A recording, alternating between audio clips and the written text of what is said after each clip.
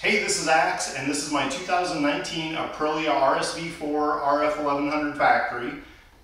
And today I'm going to be swapping out the stock controls for a Brembo RCS 19 master cylinder on the brake side and the matching clutch lever on the left side.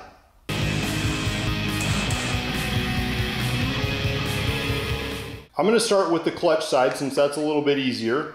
And I did go with the longer normal levers as opposed to the shorties. I've never used the shorties on a bike before, so I'm just going to stick to what I know. The first thing I'm going to do is just a quick visual to make sure everything looks right and I don't see anything that looks off before I start tearing stuff apart. Lever length looks about the same, and that pivot point matches that one. That looks right as far as where the cable comes in. So looks like everything should work. I'll go ahead and start taking the old one off now. So the first thing I'm going to do is loosen up the clutch cable as much as I can and give myself some wiggle room. To loosen the cable, I'm just going to take this thumb wheel and turn it in toward the clutch perch.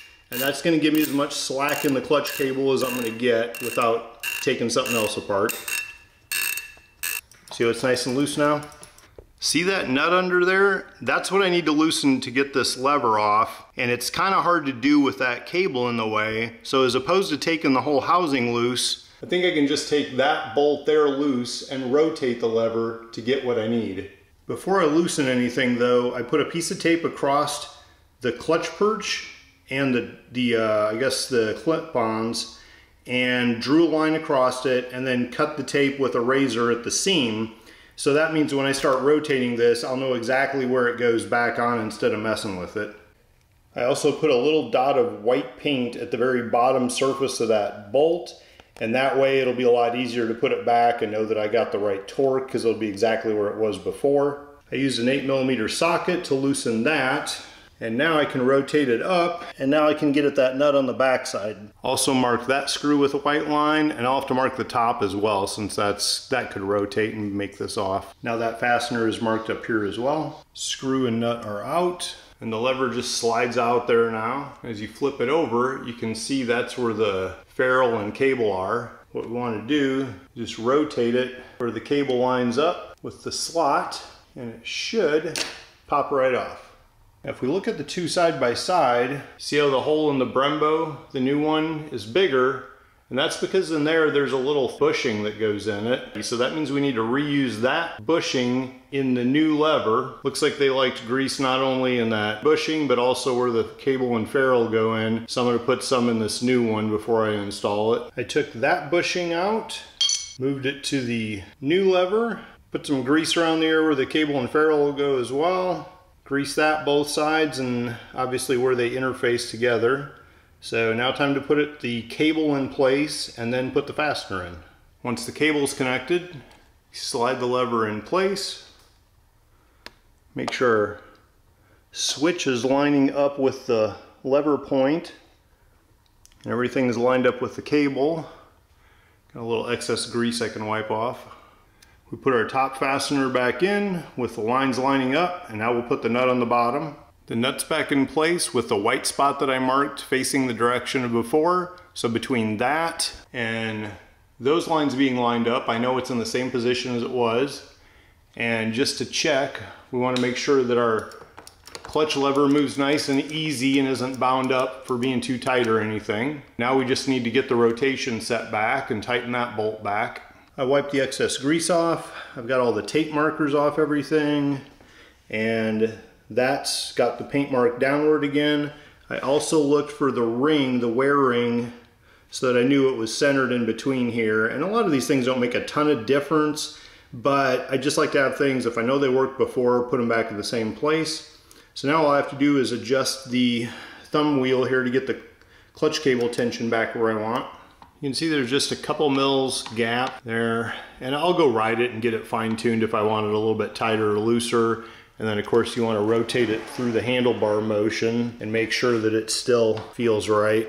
Again, we want to look at it and just make sure that it kind of looks like it's about the same basic dimensions, no big gotchas anywhere. Still got the bleeder point, still have the master cylinder attachment point, looks all about the same. I did go with the RCS 19 on this. I think most would recommend a 17 as the proper choice for these calipers on this bike, but AF1 Racing kind of recommended that I go with the 19 since I'm wanting as firm a feel as I can get. Folded up this road map of an instruction thing into just showing the English and the pictures in the micro font. First thing I did is put a t-shirt under this because I don't want to make a mess everywhere, and that brake fluid tends to be corrosive, I think, on these. The tape I put in between, not only will it tell me how far this way it has to go, assuming the same width, but it'll also tell me a line that I drew to show where the split is. And these are both Brembos, so it should be made pretty much the same. I don't see any wires connected to the master cylinder. All we've got is that brake line, it looks like. So the brake line, and then of course this reservoir line here. I don't need to break this line between the reservoir and the master cylinder and cause a leak. What I can actually do is just take the whole master cylinder assembly loose. I loosened these two bolts just enough to give it some rotational play. You can see underneath here that the brake line and the cables going to the throttle control are all tied together over here. The bolt's out and the brake line is free. Now I'm going to take those two screws out here and take the whole master cylinder assembly off. I'll also need to loosen the bolt for the reservoir too. All right, I took a hex wrench up on the top side with an end wrench on the bottom, took the reservoir off, then took these two bolts out and just popped it off with that brake line free. So now we just got to start putting the new one in place. One thing to notice is when I checked the bolt that came with the new master cylinder, it's actually set up for a stacked fitting, i.e. if you have separate lines coming out of the same cylinder going to each caliper. That's not what we have though, we just have a single line that branches. So that means we'll go back and use the original stock BANJO bolt, but we'll obviously use the new crush washers that came with the new master cylinder. There you can see we've got the old BANJO bolt, we've got a new crush washer on the bottom of the BANJO fitting and a new one on the top, and now we're just going to start screwing that into the bottom of the master cylinder and get everything in place. I've got the bolt started in the bottom of the master cylinder.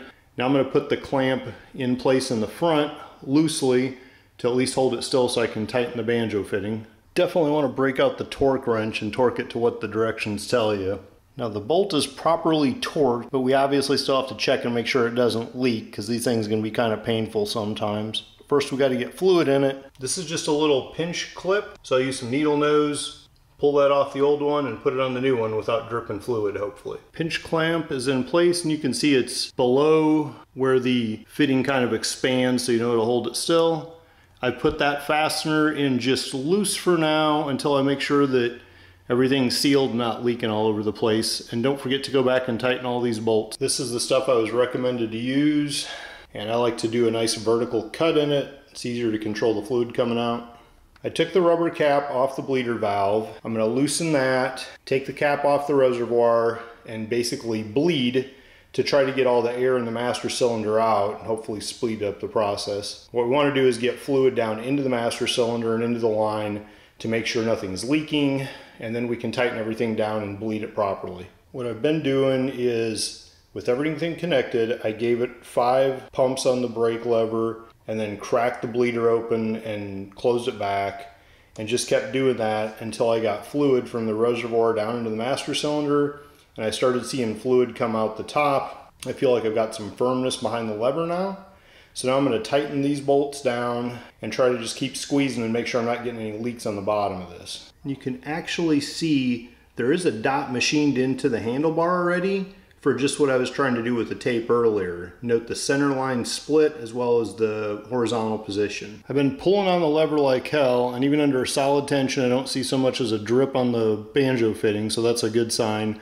And I can go ahead and bolt everything else together. I've already got these 2 bolts torqued properly per the instructions, so all I need to do now really is tighten the fastener that holds the reservoir in place and then finish bleeding out and fill in the fluid. Alright, I bled it to where it's solid and I got no more bubbles coming out there. I got the fluid filled up, so that's good for the install. Still don't see any leaks on the bottom side, so I'm going to go out and ride it now And then I can go back and bleed it out after it's got a few miles on it again, just to be sure all the air is out of the lines. All finished. The nice matching black Brembo lever on this side, and what I hope will prove to be a lot firmer and black matching Brembo master cylinder RCS 19 on this side. Strongly recommend you clean the bike after doing work on it, just to make sure that all the fluids are washed off the surfaces in case they're corrosive, like brake fluid. And it also starts clean. That way, if you do find a drip or something later or a spot, you want to know it's from the work you've done and it wasn't just there before. So just a good practice. Plus, everybody loves a clean bike.